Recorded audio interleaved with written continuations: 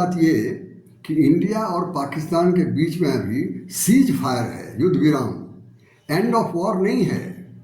और दूसरी बात ये कि इंडिया ने इस वॉर को वॉर ऑन टेरर कहा है।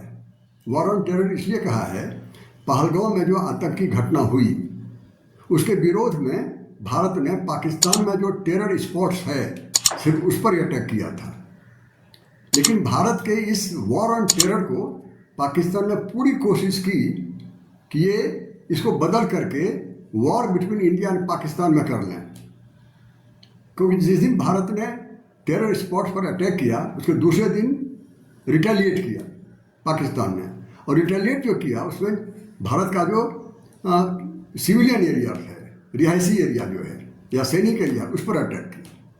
इस तरह से ये वॉर ऑन टेरर को war between the two countries करने की पूरी कोशिश की पाकिस्तान ने। खैर जो भी हो, ये 4 दिन का जो मिनी वॉर हुआ इसमें भारत कहाँ खड़ा है, क्या खोया और क्या पाया भारत में, इसका आकलन करने का समय आ गया है।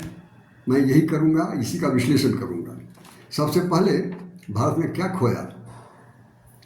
तो भारत में खोने की जहाँ तक बात है, पहली बात तो ये, India got exposed isolated regionally and geopolitically. पहली बार भारत पूरी तरह से अकेला खड़ा था पाकिस्तान के विरुद्ध, कोई भी नहीं था। अब देखिए, पहली बात इसमें कि नेबरहुड, साउथ एशिया, भारत के पड़ोस में जितने देश हैं उसमें से हर देश की क्या हालत है। मालदीव है और बांग्लादेश है, दोनों मुस्लिम स्टेट्स हैं, दोनों पाकिस्तान के साथ भी है और चाइना के साथ भी है, भारत के साथ नहीं है। फिर श्रीलंका है, ये म्यांमार है, नेपाल है, भूटान है, ये चारों चाइना के डेट ट्रैप में फंसा हुआ है। तो भारत के चारों ओर जो देश है एक भी भारत के साथ नहीं है, और भारत के चारों ओर चाइना ने इसको स्ट्रैटेजिक इनसर्किलिंग कर लिया है, चारों तरफ से घेर लिया है। 2021 के पहले भारत की हालत नहीं थी। 2021 में इसलिए ऐसी हालत हो गई कि अमेरिका अफगानिस्तान से विड्रॉ कर दिया कि हम वापस जाएंगे। नतीजा क्या हुआ, ये जो पूरा साउथ एशिया है उससे अमेरिका ने अपना विड्रॉ कर लिया। जो पहले बैलेंस था, 2 ताकत थी यहाँ पर, चाइना और अमेरिका की, दोनों बैलेंस था। अब अमेरिका चला गया तो पूरा मैदान खाली हो गया चाइना के लिए, एक वैक्यूम हो गया था। जब चाइना के लिए पूरा मैदान खाली हो गया तो पुराना सपना था चाइना का कि भारत को इनसर्किल करो, और उसका सक्सेस हुआ। चारों तरफ के देशों को चाइना ने अपने इन्फ्लुएंस में, अपने प्रभाव में ले लिया। नतीजा क्या हुआ, अभी जाकर के दिखाई पड़ा कि एक भी देश भारत के साथ खड़ा नहीं थे। पहलगाम की घटना को भी किसी ने भी कंडेम नहीं किया। अच्छा, तो ये बात हुई। दूसरी बात देखिए, इस्लामिक वर्ल्ड में क्या हाल है भारत का। इस्लामिक वर्ल्ड में 57 कंट्रीज है, एक भी कंट्री ईदर एक्सप्लिसिटली और implicitly none of them stood with India, ये हालत थी। ऐसा क्यों हुआ? शायद इसलिए कि गाजा और इजराइल के बीच में जो झगड़ा हो रहा है, ये जो लड़ाई हो रही है, उसमें इंडिया ने स्टेटमेंट दे दिया कि इंडिया स्टैंड्स विथ इजराइल। शायद इस कारण से नाराज़ हुआ, पैलेस्टाइन के साथ रही है इंडिया, जो शायद गलतफहमी भी हो सकती है, इस कारण से नाराज़ हुआ। लेकिन इसके बावजूद भी अब देखिए कि ये जो कुछ तो देश ऐसा है वहाँ जो पूरा खुल करके हर तरह से साथ दिया। अजरबैजान, उसे टर्की ने तो कहा जाता है 200-250 ड्रोन दिया पाकिस्तान को। और लड़ाई जब शुरू होने वाली थी, ठीक उसके एक दिन पहले 3-4 जहाज वहाँ पर आए अपना आर्म्स लेकर के पाकिस्तान को देने के लिए। यह हालत थी। ईरान का फॉरेन मिनिस्टर जब लड़ाई शुरू हो गया तब थोड़ी देर के लिए चुपचाप पहुंच गया इस्लामाबाद, और क्या गुपचुप किया उनके साथ किसी को नहीं पता। तो जाहिर हो गया कि भारत के साथ नहीं है ईरान, पाकिस्तान के साथ जरूर है। ये सारी बातें हुई है। तो इस्लामिक वर्ल्ड की ये हालत थी। भारत पहली बार पूरी तरह से आइसोलेटेड साबित हो गया। तीसरी बात, ग्लोबल साउथ। ग्लोबल साउथ का मतलब है 131 कंट्रीज, 130 कंट्री मेंबर है इसका। ये 130 वही कंट्री है जो कभी नॉन अलाइनमेंट मूवमेंट का मेंबर हुआ करता था, जहाँ पर कि भारत का होल्ड था, नेहरू ने इसे बनाया था, नेहरू इस पर डोमिनेट करते थे। वो सारे कंट्री आजकल मेंबर हो गए हैं ये ग्लोबल साउथ का। इसका जो ऑफिशियल फॉरम है उसको कहते हैं ये ग्रुप 77 चाइना। आप देखिए अंदाज, आपने कभी नहीं सुना होगा किसी इंटरनेशनल ग्रुप का नाम किसी एक देश के नाम पर रहे। इसका नाम ही है ग्रुप 77 चाइना। तो भारत स्टैंड्स नो है, इस बात साबित हो गई। और साबित तब हुई बाद में जब यूनेस्को में वाइस प्रेसिडेंट के लिए कंटेस्ट था। इंडिया भी खड़ा था, पाकिस्तान भी, और पहली बार बुरी तरह से भारत को पछाड़ दिया। इंडिया के साथ सिर्फ 18 मेंबर थे, 18 मेंबर्स, और पाकिस्तान की जीत हो गई 38 मेंबर्स। कहा जाता है कि इंडिया को ये जो ग्लोबल साउथ है उसमें किसी कंट्री ने वोट नहीं दिया। इस तरह से India is again totally isolated from global south. उसके बाद देखिए, रसिया तो सब दिन दोस्त रहा है भारत का। सही बात है, रसिया नहीं, रसिया अकेला देश था अभी भी जब पहलगाम की घटना हुई तो कहा कि जिसने ये घटना की है, परपिटेटर्स एंड बैकर्स, और जिसने इसको समर्थन दिया है, दोनों के साथ दोनों को सजा मिलनी चाहिए। Perpetrators and the backers must be punished. ये खुल के पहला एक देश है इसमें जो रसिया के साथ रहा, लेकिन जो युद्ध में फंसा हुआ है यूक्रेन में, तो खुल कर के साथ भारत का साथ नहीं आ सकता। दूसरी बात देखिए, इजराइल तो जाहिर था कि पाकिस्तान के साथ जब युद्ध होगा तो इजराइल खड़ा मिलेगा।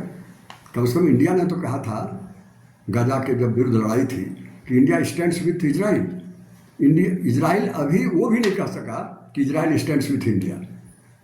इसलिए बुरी तरह से फंसा हुआ वहाँ के वॉर में सऊदी अरबिया उससे नाराज़ ना हो जाए, वहाँ यूएई नाराज़ ना हो जाए, बाकी मुस्लिम देश पूरी तरह नाराज़ ना हो जाए, उसको खुश करने के लिए चुप रहा।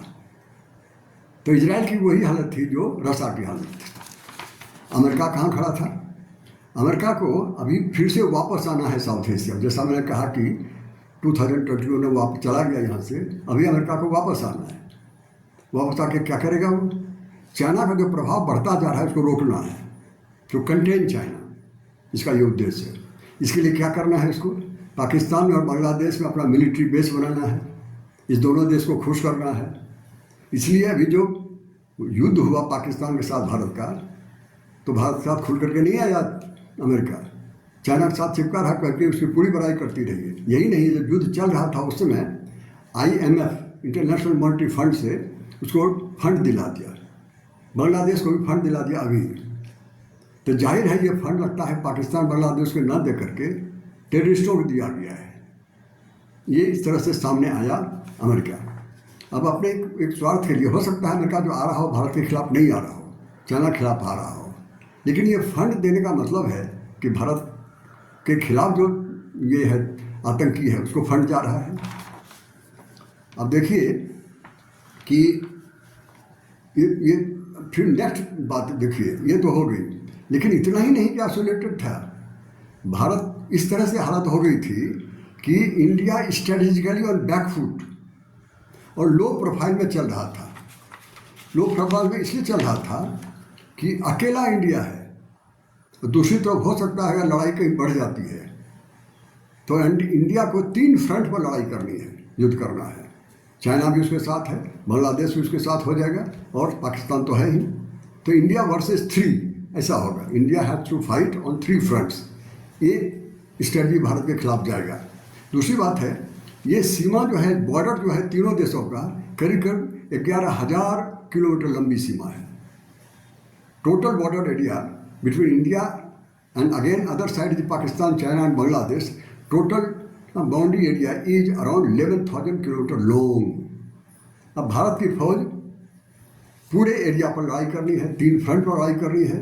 भारत का जो ट्रूप्स है वो भी डिवाइडेड है, चाइना के बॉर्डर पर भी अभी है, बांग्लादेश के बॉर्डर पर भी सतर्क है, क्योंकि एंटी इंडिया है बांग्लादेश, पाकिस्तान के साथ तो है ही। ये divided troops and long border and 3 fronts, ये स्ट्रेटेजिकली इंडिया के खिलाफ जाता है। इस तरह से इंडिया एक्सपोज हुआ, इस इंडिया की कमी सामने आ गई। ये पहली बार इंडिया इस तरह से आइसोलेटेड हुआ है आज़ादी के बाद से। 1962 में भी भारत अकेला ही था, लेकिन चाइना भी अकेला था। यहाँ तक कि कम्युनिस्ट चाइना था, फिर भी सोवियत रूस जो चाइना का कम्युनिस्टों का लीडर था उसने भी इसको साथ नहीं दिया। उसने कहा कि China is my brother, India is my friend, so I cannot take side of either of the two. वो हालत उसकी थी। तो ऐसी हालत में भारत ने युद्ध लड़ा और भारत आइसोलेटेड साबित हुआ है। ये सारी बातें, और उसकी यही इसकी कमी है, ये भारत में खोया है।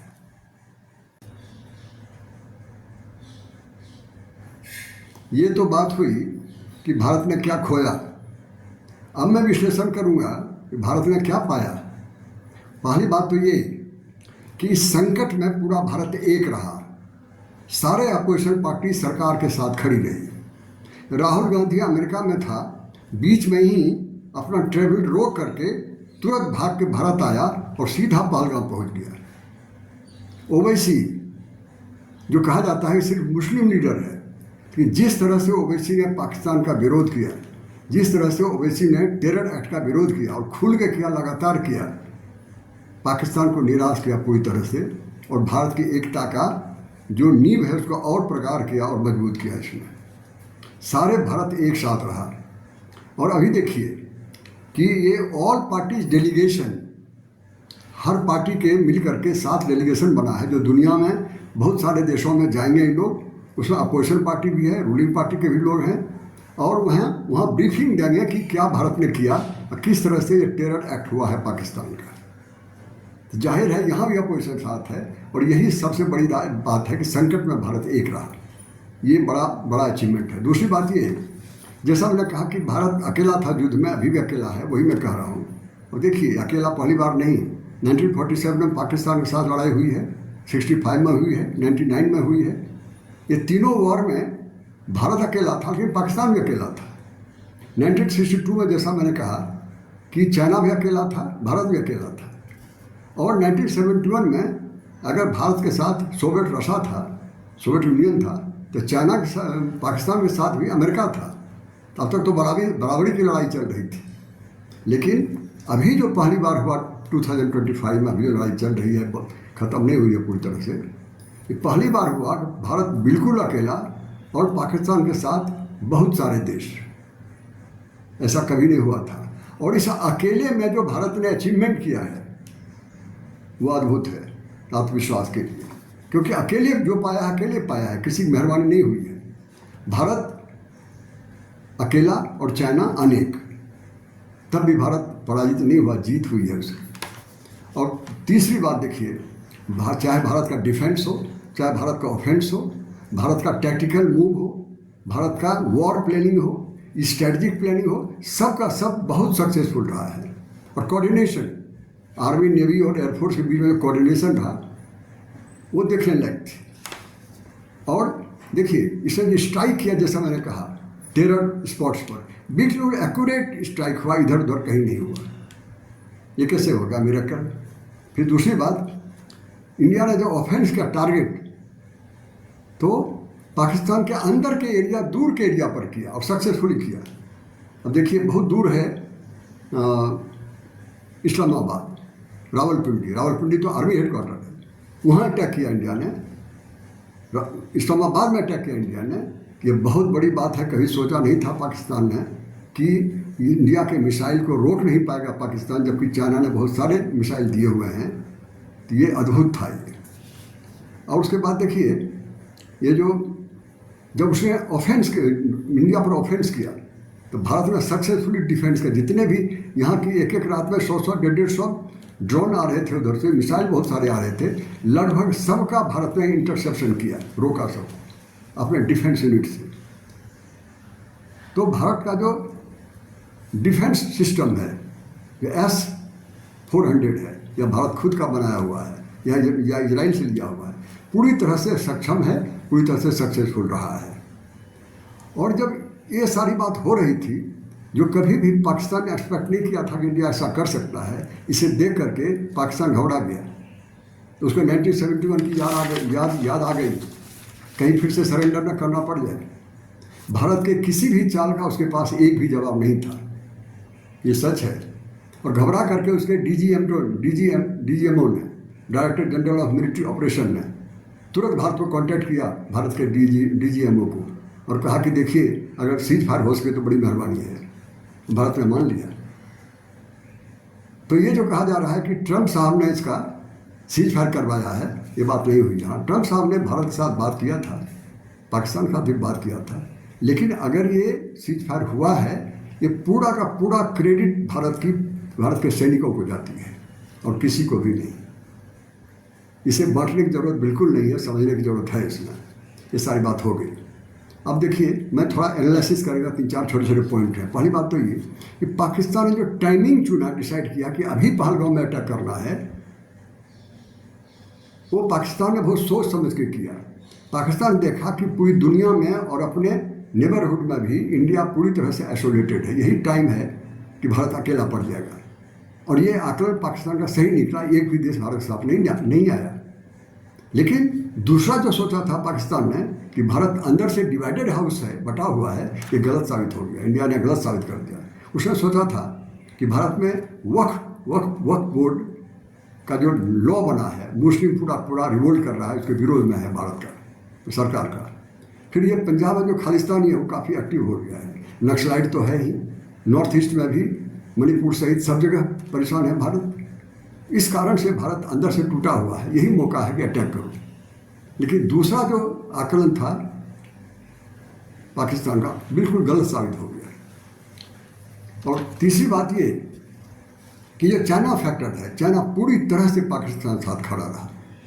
चाइना ने कभी नहीं कहा कि पहलगाम जो हुआ है पाकिस्तान के टेररिस्टों ने किया है। चाइना ने समर्थन किया पाकिस्तान का जब पाकिस्तान ने कहा कि हम ग्लोबल इन्वेस्टिगेशन कराना चाहते हैं। पाकिस्तान ने यूनाइटेड नेशन में भी जब सिक्योरिटी काउंसिल ने स्टेटमेंट दिया तो अमेरिका के ड्राफ्ट को हटा करके खुद का ड्राफ्ट बनाया और उसने पाकिस्तान के पक्ष में यही स्टेटमेंट दिलवाया। ये सारी बात हुई है। और खुल करके कहा, हम वॉर जब पराकाष्ठा पर थी तभी कहा कि China stands with Pakistan sovereignty and national security interest.